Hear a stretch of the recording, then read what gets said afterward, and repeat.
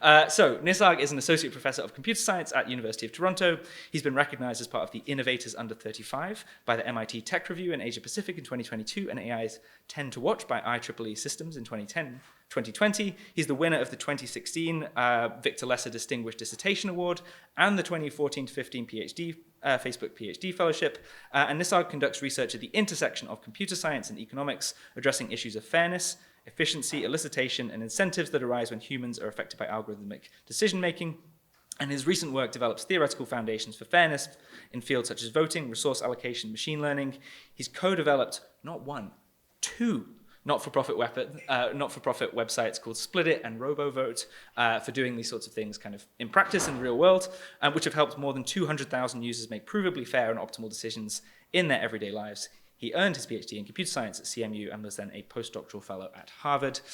So quite the trajectory. And yeah, really excited to pass over to Nisarg. I know from talking to him yesterday that he's kind of got a bunch of things that I think will be really helpful for framing some of the ways of thinking about cooperation and what cooperation means for the rest of the retreats, for the rest of the summer school. So I think it's fantastic that he is up first already. Marta, I've got the water glass all ready to go. So Nisarg, I will hand over to you and let you. Hi everyone, it's my pleasure to be here. Thanks Lewis and the foundation for inviting me. I was also a speaker at the last year's summer school and I had a fantastic time, and so I'm looking forward to some conversations with all of you today. Unfortunately, I have to leave today afternoon, but I do have an office hour right afterwards, so I'm going to be looking forward to all your questions.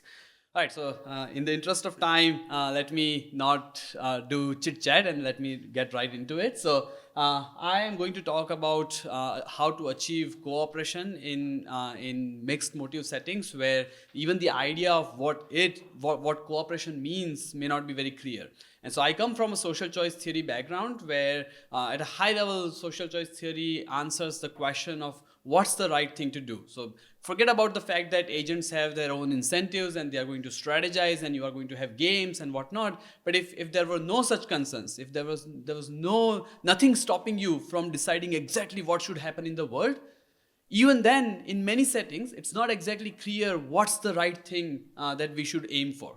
Right? And so, for example, a lot of my prior work, especially recent work, has been on the idea of algorithmic fairness. So if you want to design algorithms that treat people fairly, in some very simple settings, there are very clear notions of what that means. But then as you kind of think about these algorithms making decisions, or even sometimes recommendations, or even sometimes just an LLM generating responses, there are still some fairness concerns that arise where it may not be very clear to say what fairness exactly should mean.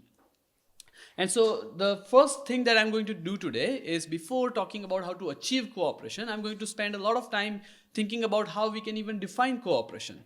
And I'm going to talk about different approaches to doing so. I'm going to focus on one type of an approach, which is going to be a little bit more technical, a little bit more mathematical approach to defining cooperation. Though I'll also talk about why in some settings you might want mathematical approaches, why in some other settings you might want different types of approaches. And then once we have some idea of how to define cooperation, then I'm going to introduce a couple of ways of thinking about how to achieve cooperation, how to design agents that can achieve such cooperative outcomes. And I'm going to talk about two particular ways of doing this. One is something, an idea that has come up somewhat recently called public spirited behavior, and we'll kind of define it formally when we get to it. And then another is something that came up in our recent work on something called harm ratio. Now, these are all just very, very preliminary ideas. I mean, both these papers came out very recently in the last few months, and it's something that kind of we have already been working on extensions of them. It's something that I'm putting together for the very first time in this kind of general umbrella of thinking about cooperation. So I have no idea how long this talk is going to take. But I have some flexibility of kind of some other stuff that I may want to talk about if there is enough time. But if Lewis insists that no, I should still end by 11 despite starting late, which would be unfair to me. But then I can just take that out and I can focus on these approaches to cooperation. All right, so what's the high-level question here? What is cooperation? And so before even trying to define what cooperation is, I want to ask this question: do I even need to define it? Right? Are there ways in which I can design my agents to achieve cooperation without really having to formally define what cooperation is. And it turns out that people have kind of thought about different ways of achieving any kind of desideratum, not just cooperation, but even the similar kind of approaches have been looked at for fairness, for other metrics that you might want to achieve. And so one of the approaches which is where most of my work lies is theory-led approaches, where you use some human intuitions on what these things should mean, and then you try to translate them into some kind of mathematical notions, some kind of logically grounded definitions, and then you try to design your agents to meet these definitions. Okay? But this is not the only approach, and I'm not even going to say that this is kind of the preferred approach or this is the best approach. There are other approaches that have been equally popular or sometimes even more powerful than the theory-led approaches. For example, you all know about the RLHF approach, where if you want your AI to be, let's say, fair or cooperative, don't try to define what cooperation is. Just kind of get human preferences about different things that your AI can do. Just ask people, is this more cooperative or is that more cooperative? Is this behavior more cooperative or is that behavior more cooperative? Now, people have some kind of fuzzy intuitive notions of what cooperation should mean. Different people might even disagree on what they think cooperation should mean. But at some form, if you try to aggregate all these preferences into some sort of collective system, you train your system on these preferences, the system would kind of learn some notion of cooperation. Now, the downside of this is that you may not exactly be clear as to what is that notion of cooperation that my system has learned. But the positive side of this is that you are not bound to one particular definition of cooperation. So it's kind of the power of this approach can be a lot more. And I mean, there is a new approach nowadays where you don't even kind of get people to provide preferences over the direct final behavior of the AI agent, but you rather get them to write down some kind of general ideas that they have on what they think cooperation should mean. You translate them into some sort of principles, and then you feed these principles into the system. So now it's kind of a halfway between the direct kind of human preferences versus the theory-led, because now you have some idea of what's the notion of cooperation that your system is learning, because you know these principles, but it's still a little bit fuzzy. And so in some settings, at least, I would say that you might want a very clear-cut understanding of what is that notion of cooperation that my system is aiming for. And in those settings, you might want to explore theory-led approaches. And so that's what I'm going to focus on in this lecture. But just to kind of let you know that you should be open to other approaches as well.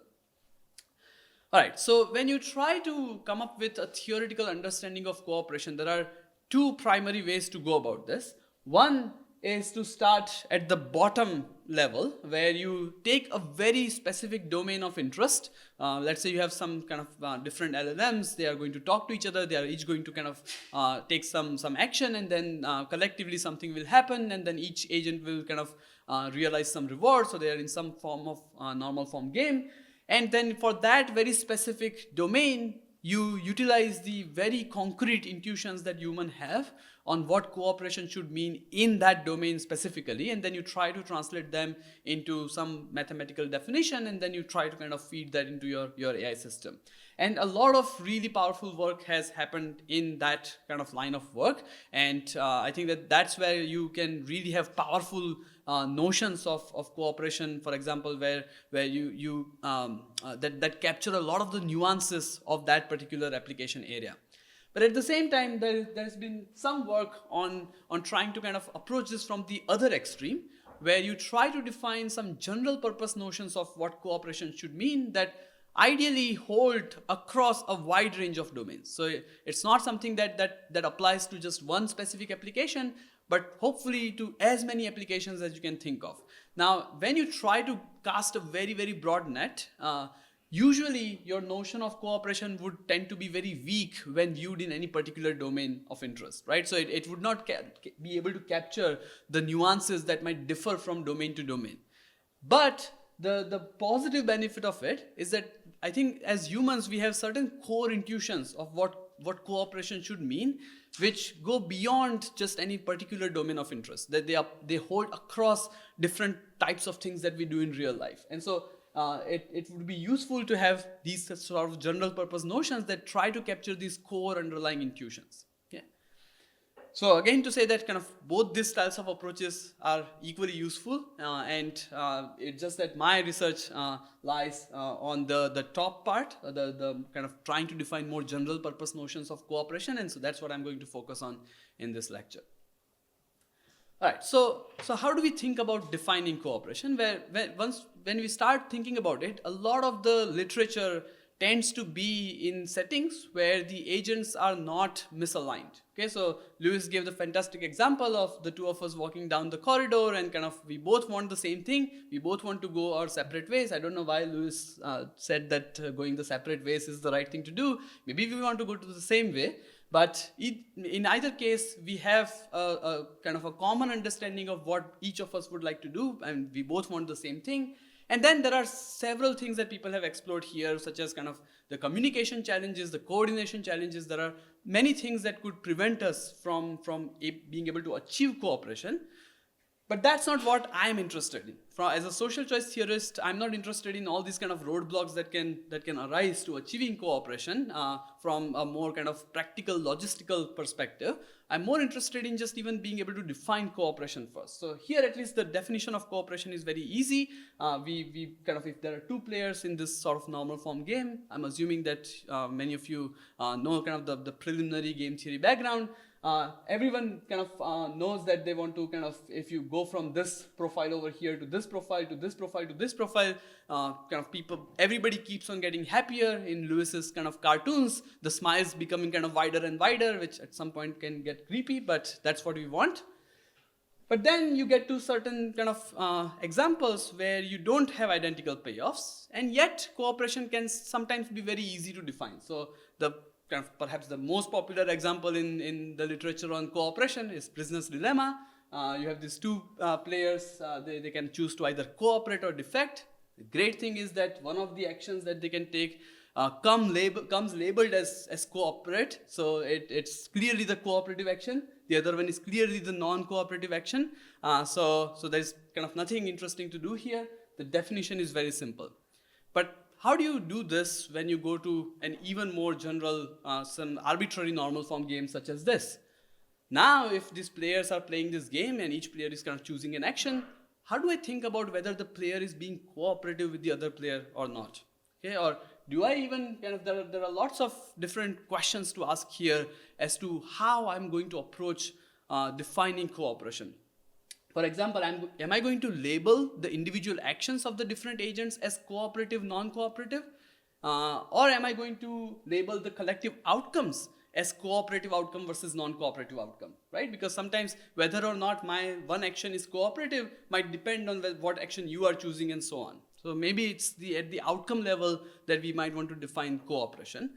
Or maybe it's not that I'm kind of choosing this action for no reason whatsoever. I have a certain underlying, so if you kind of think of humans, we have certain objectives and then we play lots of different games in our daily lives. Every day we kind of interact with a lot of other agents, and if you can think of those interactions as games, then we are playing lots and lots of different games. And our choice of the action to play in each game is not arbitrary. They are all governed by some centralized objective function that we have, some centralized reasoning that we employ to try and optimize that objective function. And so maybe it is to that meta level utility function that an agent has, or the reasoning that the agent employs to try and achieve that or optimize that utility function, to which we should assign the notion of cooperate or non-cooperate, right? So that's one thing. Or maybe we should kind of not define it at the individual agent level, but rather to a pair of agents. Maybe we should define whether a pair of agents are being cooperative with each other or not, right? And so each individual agent, we can't say whether it's he or she is cooperative, but maybe we can do it for a pair of agents or maybe a group of agents, whether they are cooperating with each other or not. And even when you kind of think about what form this definition would take, it can be either a qualitative definition, yes or no, or it can be a quantitative definition where you measure the level of cooperation. If it's quantitative, it can be a scalar definition where there's just one real number, or it can be multidimensional. And it could be cooperative kind of with each other or cooperative towards someone. So there are lots of different freedom there are lots of different kind of axes here that I think have been very, very underexplored. And so I'm going to show you some definitions in the next few slides. They are going to chart some of these kind of different possibilities, but there are lots of other possibilities on how to define cooperation. And I do not know of any literature that says that some of these ways of defining cooperation could be more powerful or more appealing than some other ways. So that's something that I hope that we work on more as a community over the next few years. All right, so let's try and define cooperation. So one thing before that, one point I would like to make is that when you define cooperation at the level of outcomes, so kind of one particular profile, really the normal form structure stops mattering to some extent. So if you have a normal form game like this and you want to define whether one particular cell of this matrix is cooperative or not, then you can really just kind of list all the different cells as different rows, different possible outcomes, and you can just write down the utility of the row player and the column player for each of the possible outcomes, and kind of the whole matrix structure of that stops mattering to some extent. So some of what I'm going to define at the outcome level, I would just think of these different rows as just different possible outcomes. I'm not going to think about which action the row player is taking, which action the column player is taking, which is generating this outcome. I'm just going to look at an outcome, look at each player's utility for that outcome, and then just directly define the notion of cooperation based on that.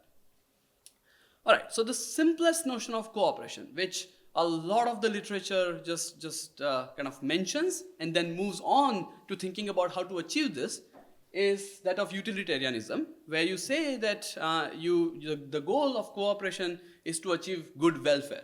Yeah, and so when people mention welfare, often they are not very clear about what form of welfare they are talking about, because in social choice theory, where kind of welfare economics emerged, there are different possible welfare functions that you could employ. I think most often what people mean is the social welfare or the utilitarian social welfare, which is just the sum, or let's say the average of the utilities that the different agents have.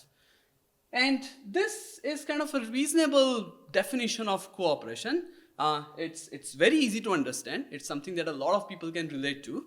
It does provide, in fact, a quantitative version. So you can not only say whether things are cooperative or not, you can actually kind of achieve a level of cooperation. You can define a level of cooperation, which can be useful because in many settings, kind of being in binary may not actually work that well.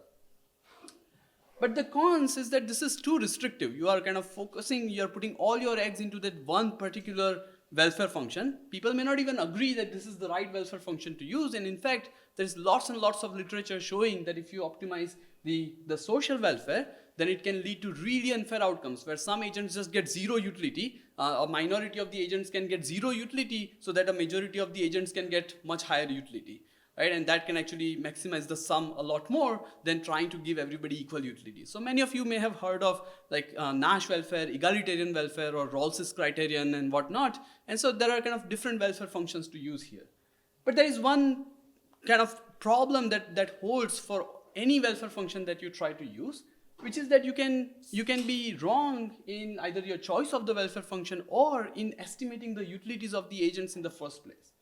And the problem with optimizing anything is that when you are wrong about what it is that you should be optimizing, you can have something known as Goodhart's law appearing in practice, where if the two things, the thing that you should be optimizing and the thing that you are actually optimizing, if they are different, to some extent they kind of stay aligned, and so as you kind of optimize your proxy objective, the real objective also starts to improve. But after some point, if you try to optimize your proxy objective even further, now you are going to start doing some crazy things that would not really be aligned with the real objective. And now, even though your proxy objective seems to be improving further, your real objective would start to get even worse. And if kind of the intuition here is not clear, I think the simplest intuition you can think of is that, let's say you want to reach the green point, but you don't know kind of where the green point is. You try to estimate it, and your estimate is slightly incorrect over here. So you are starting at the red point, you want to reach the green point, but you think you want to reach this point over here, and so you start moving in that direction. Up to some point, you are actually going to get closer to the green point, but after that, you are going to get farther from the green point, right?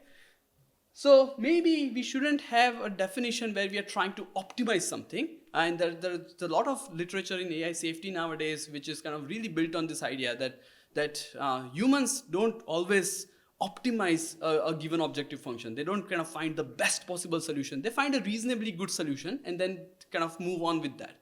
And maybe this is the key reason why our society works. Kind of nothing is going horribly wrong, and maybe we should design our AI agents like that. And so that you can take that intuition and apply that to the definition of cooperation as well. So rather than trying to optimize some objective function, what if we can define cooperation slightly differently? So here is a different type of definition which looks at the harm-benefit trade-off. And one reason, other problem with this type of a welfare function is that it really doesn't align with our intuition of what cooperation is. So for example, this would say that if I don't donate one of my kidneys, if I just don't go right at this moment to a nearby hospital and donate one of my kidneys, I'm not being cooperative. Because the reduction in my utility from donating the kidney would be much lower than the improvement in the utility of a person who receives the kidney who needs it. Right? So I absolutely have to do it, otherwise I'm not being cooperative. And that's not always it doesn't always align with our intuition. We have a certain a flexibility that we give to people when it comes to imposing self-harm for benefit of others. Right? So that's the kind of intuition that can be captured in a different type of definition, where if an agent is being selfish, so let's say an agent takes an action that gains them some little delta utility, we call it permissible if the reduction in the social welfare to the other agents because of this action is at most some, let's say, proportion of delta, some alpha, some threshold alpha times delta. Yeah? And if the harm imposed on others because of this agent trying to improve themselves is more than alpha times delta, then we are going to start calling this an uncooperative behavior or non-cooperative behavior. Yeah, so this is usually how we think, you kind of took this action, yes, I understand it's a little bit better for you, but look at how much harm you are imposing on the others. This is too much, you are not being cooperative.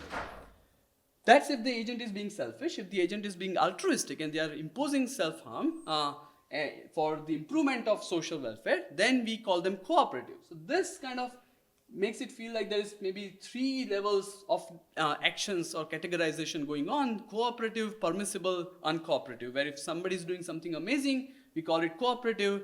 Somebody is doing something really horrible, we call it uncooperative or non-cooperative, and then everything intermediate, we kind of call it permissible.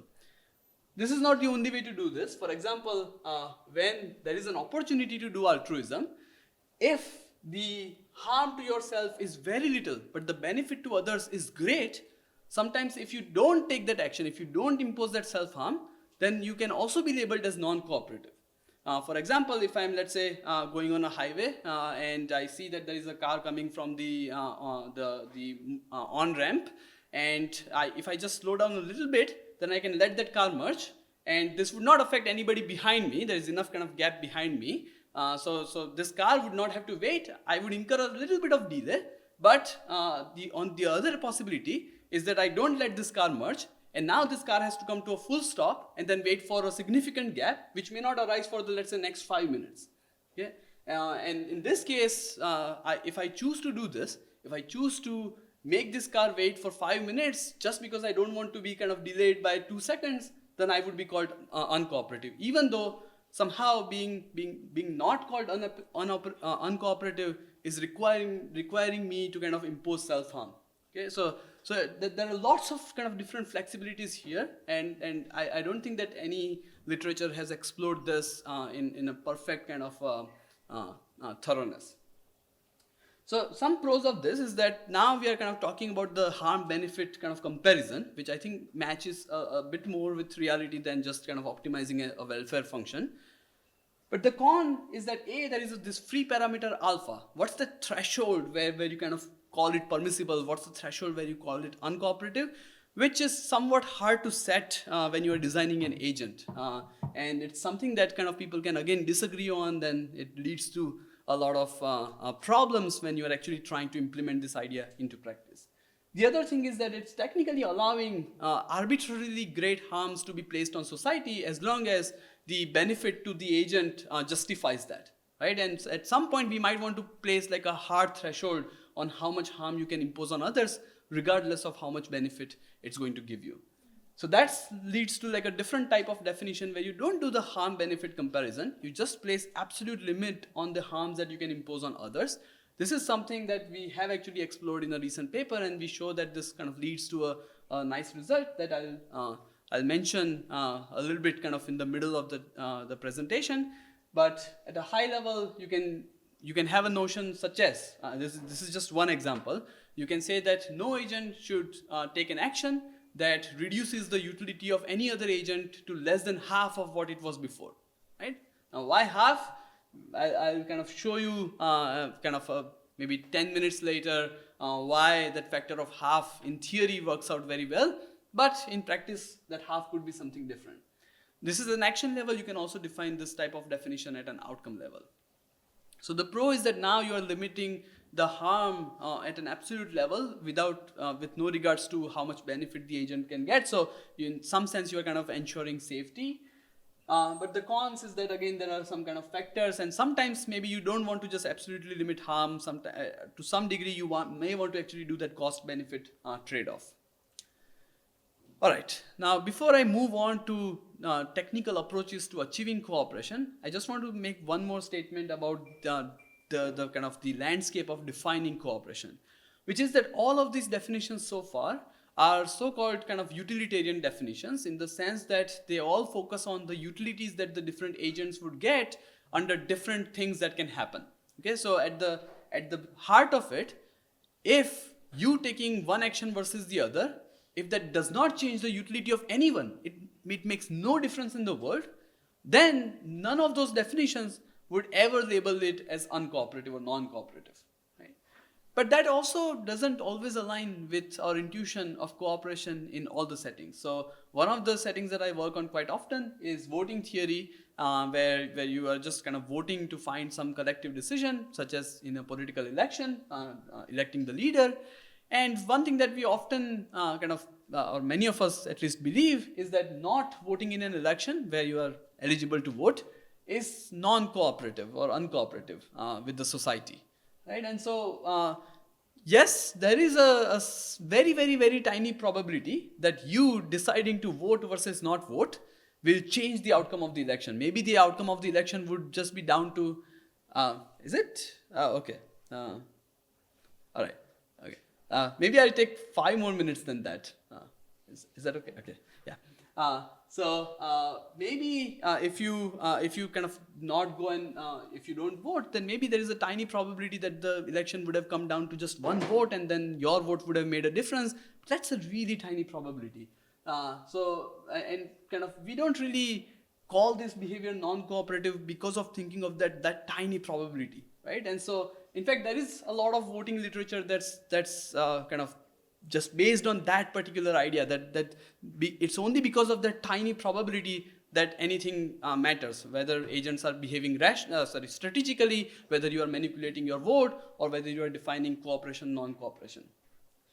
But I don't think that that's always true. So another argument that I think holds a bit more merit here is people kind of say this more generally, but what if everyone else did that? Right? You are not deciding not to vote, but that's not cooperative, because if everyone else did that, then the society would break down, democracy would break down. This is very different from game theoretic reasoning. In game theoretic reasoning, we say that fixing what everybody else is doing, if I secretly decide not to vote, and let's say I'm not going to tell this to anyone, I'm going to tell to everyone, I'm going to vote, and then on the election day, I just secretly decide to stay home, and nobody finds out, so my action does not influence anybody else's action, then the game theory framework would say that you shouldn't think of this counterfactual, because this counterfactual doesn't actually happen. But that's how we kind of think about it in real life, often because we define certain kind of norms and social norms in this manner. We want our social norms to be something that if everybody follows that, then everything works well. Yeah, so again, all of these ideas I don't think have been explored very well at a technical level, leading to very mathematical definitions of cooperation. So that's something I really want to encourage you to work on. All right, so now let me quickly go over 2 approaches to potentially achieving cooperation. So one is this approach of public spirit. So let's go back to this very simplest definition of cooperation, which is welfare maximization. Let's say I just want to maximize the utilitarian welfare, and I'm going to define it so at the outcome level. So there is a set of outcomes that could be achieved. There is a set of agents. There are m possible outcomes. Each agent has a utility function that assigns a non-negative utility to every possible outcome. And agents are not strategic. They are willing to coordinate. They can coordinate. So there is no capability issue. There is no communication issue. They are willing to come together and collectively decide the best outcome for everyone. So what's the problem? Why can't they just tell each other their utilities and then collectively figure out the social welfare maximizing outcome? Well, remember Goodhart's law that if you are kind of making a mistake in estimating these utilities, then you can really kind of derail the system. And so one idea that people have explored to try and correct for that is to not estimate these utilities, which can be really noisy in more kind of real world complex settings, but rather to just compare the different options. Okay, so maybe each agent just ranks the different options that are there, the different outcomes that can happen based on their own utility, and then somehow the agents come together and find what's the right thing to do by kind of looking at how everybody else is ranking the outcomes and somehow figuring out the right thing to do. But the problem is that now there's not enough information in the system to figure out what's actually the option that maximizes the utilitarian welfare.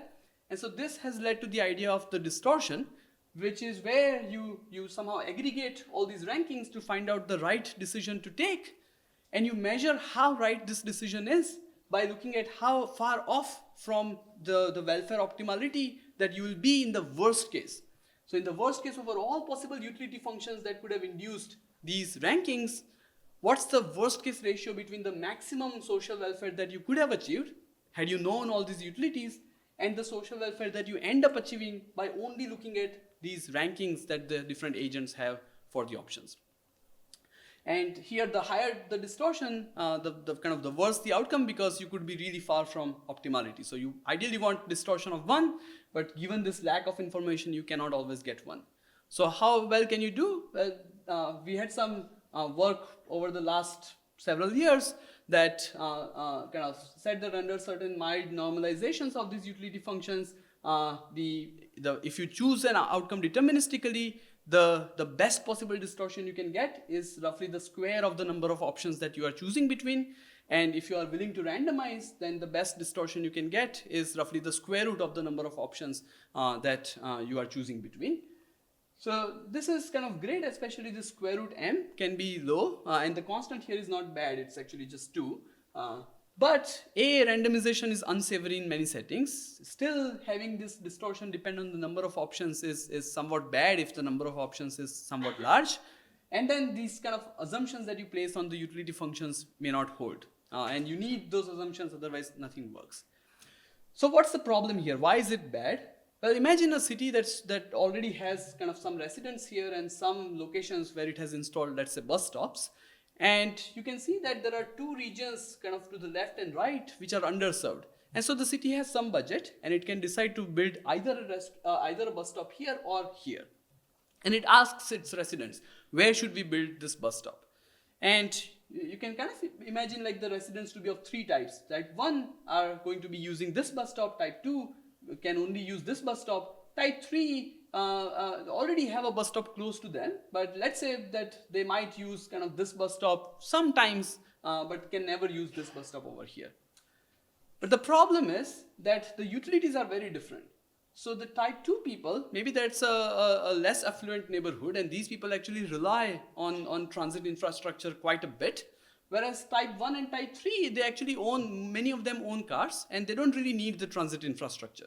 And so the utilities are much higher for the type 2 people, but they are a very small fraction of the population. And so if you just ask people to rank the different options according to how much they value them, the type 1 and type 3 people would just put the teal bus stop location ahead of the orange one, and only the type 2 people would put the orange one ahead of the teal one. And if the city doesn't know anything other than this information, then the city has no choice but to decide to place the bus stop at the teal location, because you don't know where this kind of, there's 90% of the people saying that you should build it at the teal location, so let's build there. Okay? This is not necessarily a good outcome, and this actually doesn't happen in real life. quite often, because in democratic systems, we have the notion of deliberation where people get together, they talk to each other. You know that I'm not going to use the bus that much, but this other neighborhood, actually, I think a lot of people in that neighborhood rely on having a bus there. And so even though I have a slight utility for having a bus stop near my house, because these other people care so much about having the bus stop in their neighborhood and they kind of need it, I am actually going to change my vote and I'm going to put the orange bus stop before the teal. And so you kind of see people having this sort of public spirit where, not to a great extent, but at least a little bit, they consider how much others want different things. Okay? And so there is this technical literature on that, and I'm happy to discuss more if you want after the lecture, but where you see people providing rankings, but not by their own personal utility, but by a convex combination of their own utility and the collective social welfare.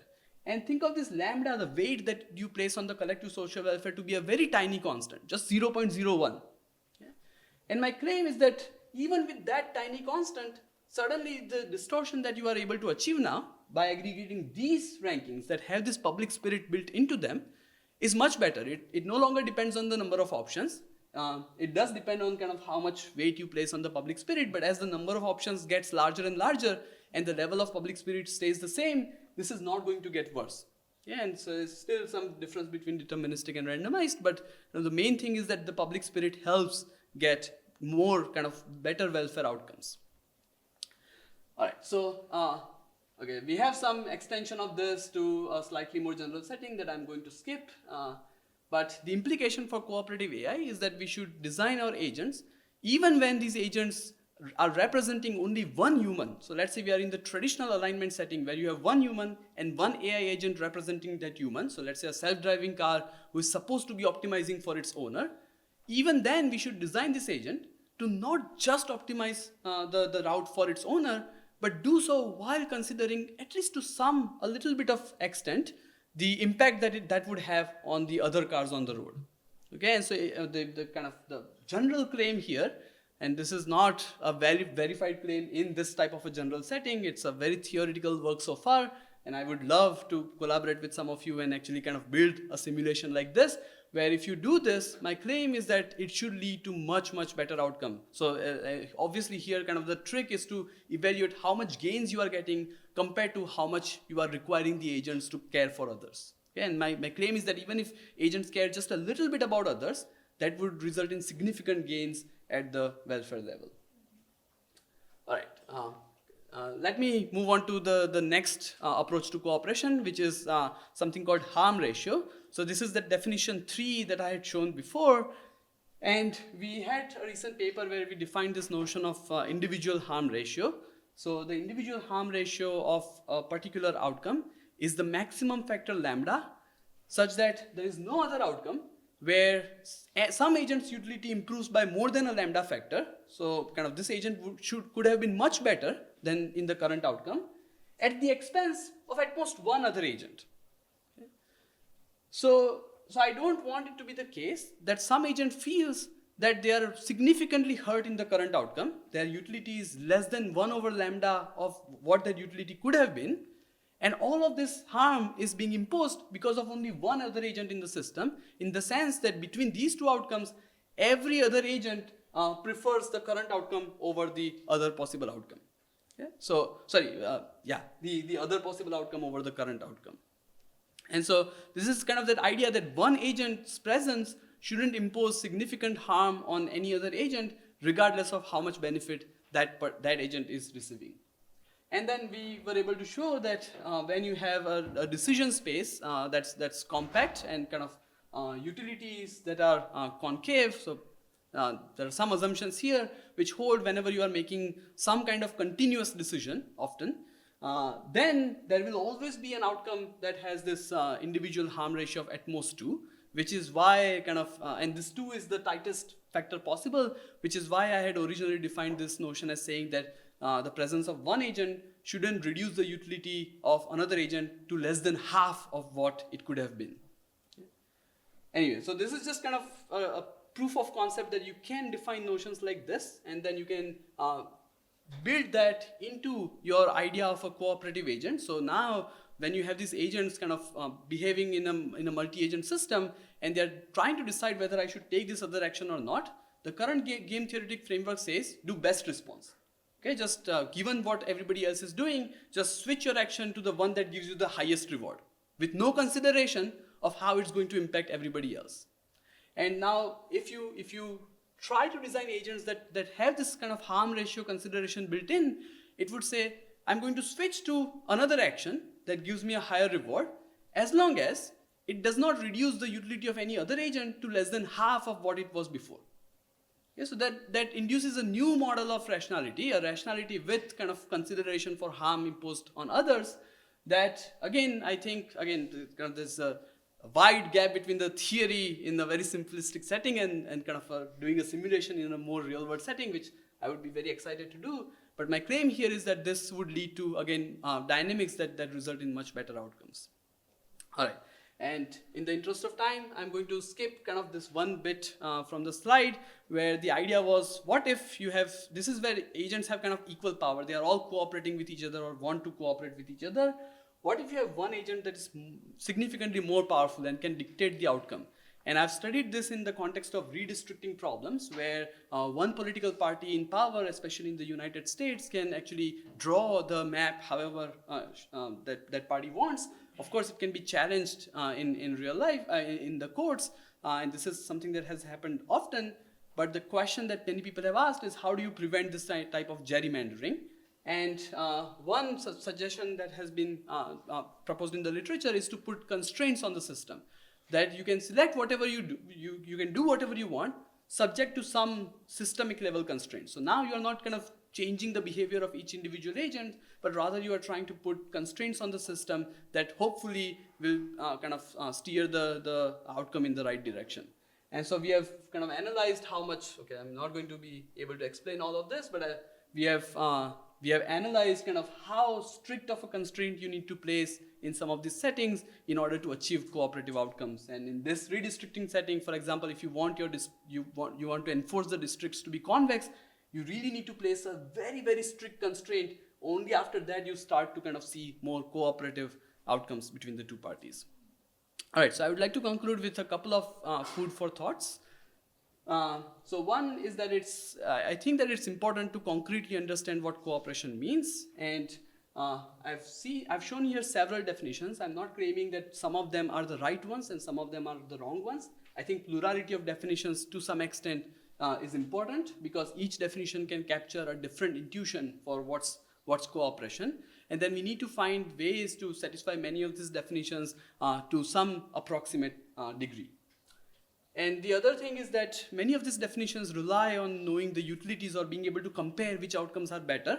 And sometimes that requires an understanding of what the downstream effects are going to be. Again, sometimes when we take certain policy decisions, we don't know how these policy decisions are going to affect kind of the different individuals that are of concern in the long run. And so what do?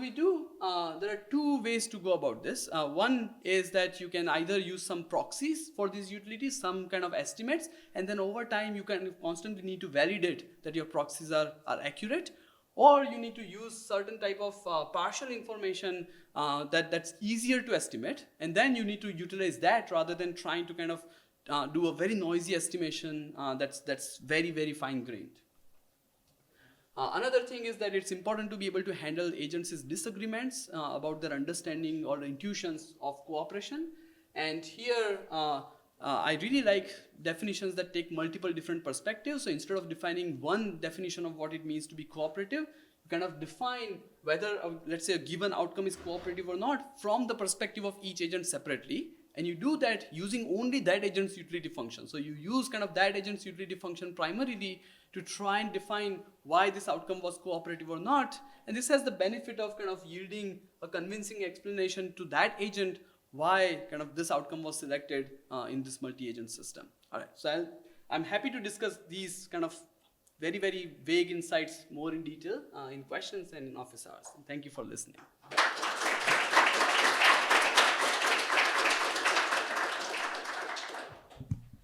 Go on. Okay, so Nisarg, first question comes from Kareem, and I'm going to read out questions instead of trying to sprint through this maze of tables and find various people whose names I don't fully know yet. So please forgive me if I mess up your question slightly.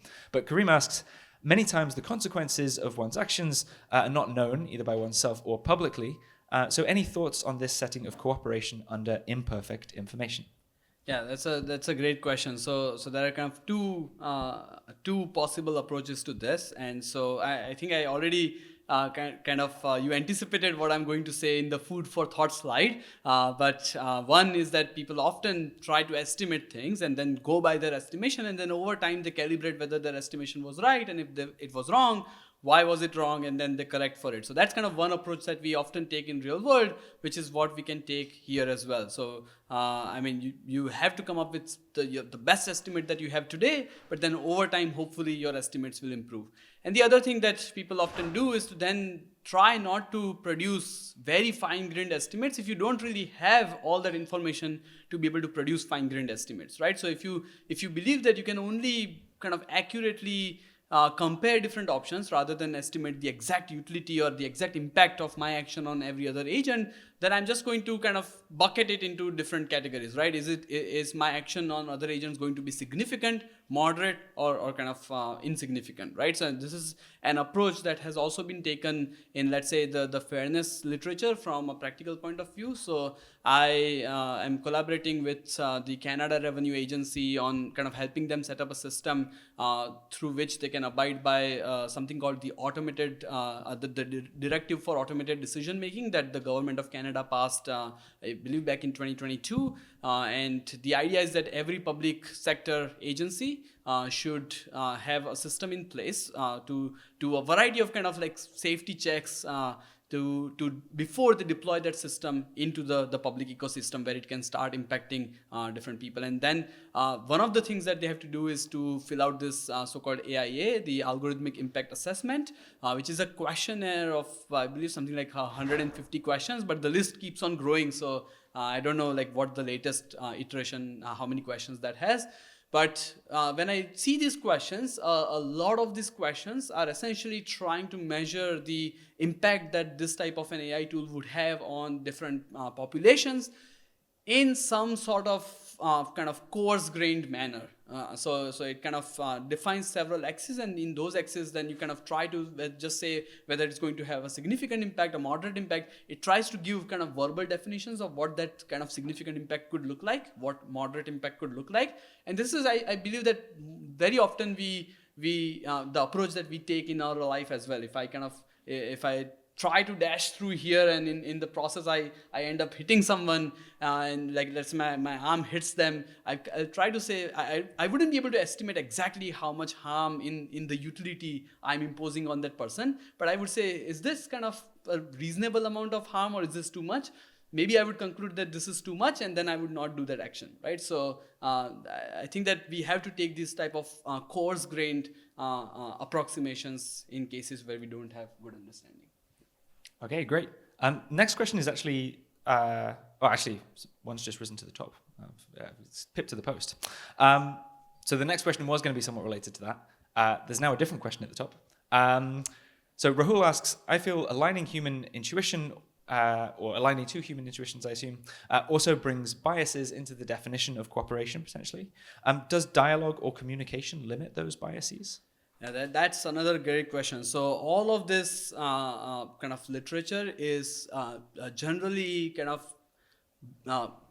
termed as democratic alignment, and I know that Lewis made this whole point of how alignment is different from cooperation, but there's kind of part of the community that also views kind of cooperation in the more general framework of alignment as to we want our system to have some desiderata. If people want the system to have some desideratum, then kind of getting the system to achieve that desideratum is aligning that system to what people want. So I mean, you can think of cooperative AI within that framework as alignment as well.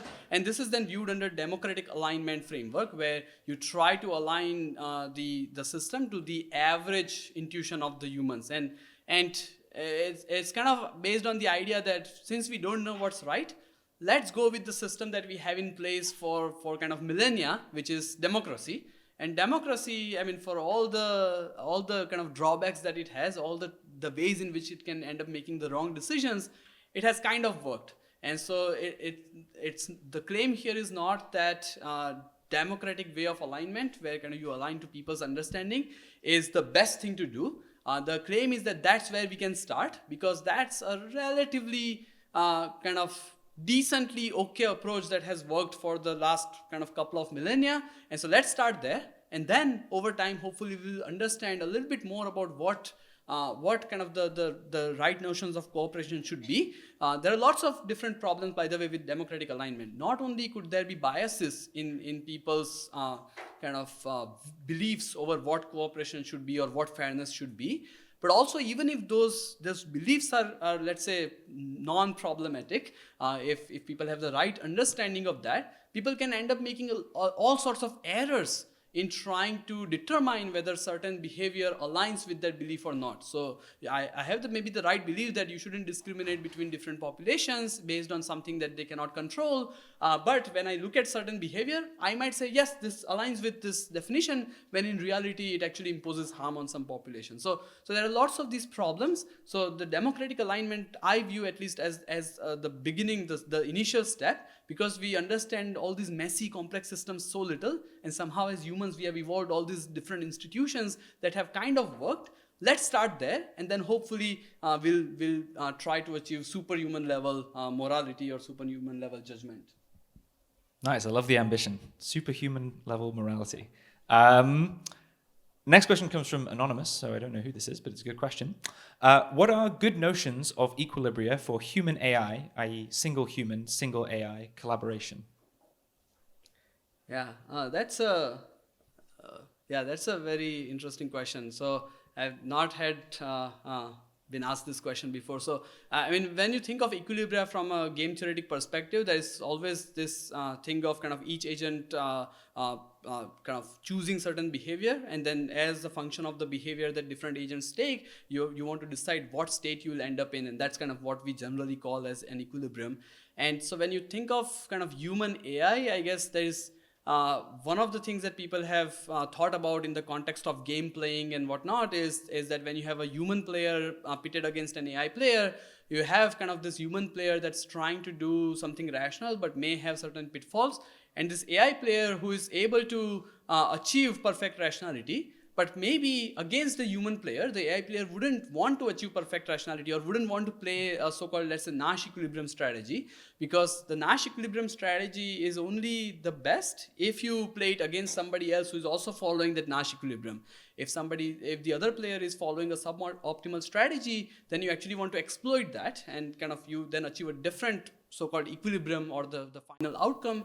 And I think that this is something that we might see over time. So there is a lot of work on, for example, deception in AI, where if you are getting human evaluators to evaluate how good, let's say, the LLM's responses are, one of the things that humans have is biases. And so often I would look at kind of if I just want to evaluate ChatGPT's response, I'm not interested in what the actual response is. I'm just asked to provide a rating. I would look at the start of the response. I would look at the end of the response. If they both look informative, well organized and whatnot, and then kind of the response is long, I would skip reading the middle portion of the response, and I'll assume that if the start and the end are reasonably kind of well organized and informative, then the whole response must be like that.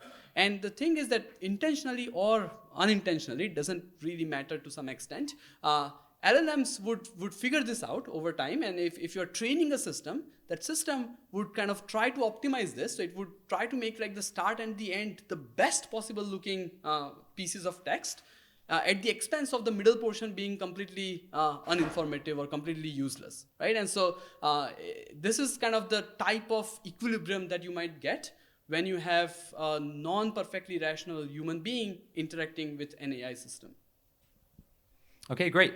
I think we've just got time for one more question. The session was due to finish at 11, but seeing as I was slow and we started about 10 minutes late, I want to make sure that we finish 10 minutes late as well. Apologies if that's eaten into your coffee time or your one-on-one time, but we'll make it up as the day continues. I think it's office hour time, so it's... And also that, so we can chat in Nisarg then as well.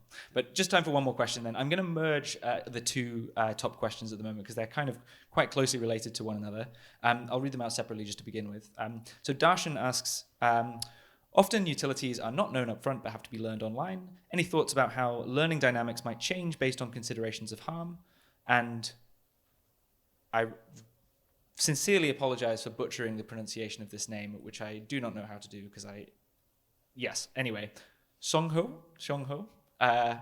You can come and tell me how badly I did afterwards. What would be needed to address the cases where the payoffs are dynamic and kind of dependent on others' actions? So again, there's this idea here of the kind of the issue of kind of dynamics, payoffs changing dynamically, payoffs needing to be kind of learned online, and the challenges that this might introduce. Any thoughts on that? Yeah, I mean, fewer thoughts on that than I had on previous questions, because I think that kind of takes the setting further away from the frontier of what we are able to understand today. But it does touch upon several different literatures that have been developing kind of somewhat separately. So there is a lot of literature on online learning where you want to kind of learn, let's say, the optimal solution to a function that's changing over time, or you want to kind of learn the equilibrium when the agents' payoffs are changing over time.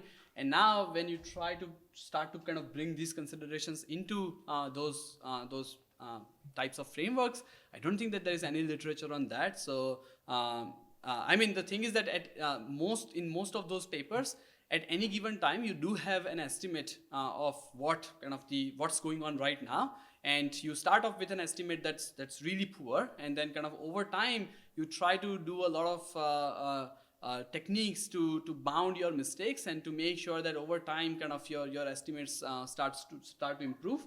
And I mean, you can always just apply these types of techniques of limiting harm on others on whatever current estimates that you have. But now if those current estimates have mistakes in them, then I am not sure what would be the impact of those mistakes on these definitions. So for example, if you are only limiting harm to saying that I'm not going to reduce the utility of any other agent but to less than a half of what it was before, but now my estimation of the utility is wrong, then how this can impact the type of cooperation that I'm achieving, or the type of kind of harm that I'm reducing, it can really depend on what the errors in those utility estimation look like. And so sometimes, for example, if your errors are additive, it may not work well with this sort of multiplicative limit on harm, because then I mean, you can have this kind of problem where the utility would have been 1, you estimate it as 0, and then you think it's okay because you are just reducing 0 to 0, but in fact you might be reducing 1 to 0, which is kind of a 0 factor, reducing to like 0 times the previous utility, which is significantly worse. So I think that a lot of work needs to be done to first kind of, I think, test these types of techniques in environments where we know how to estimate utilities relatively well, and then to see if, at least in those environments, whether these techniques actually work to produce more cooperative outcomes, and then to move on to such environments where we have no idea of the utilities. It's something we are going to learn over time, and then to see how well that works. Okay, that's great. Thanks very much, Nisarg. If everyone could join me in giving a round of applause for Nisarg.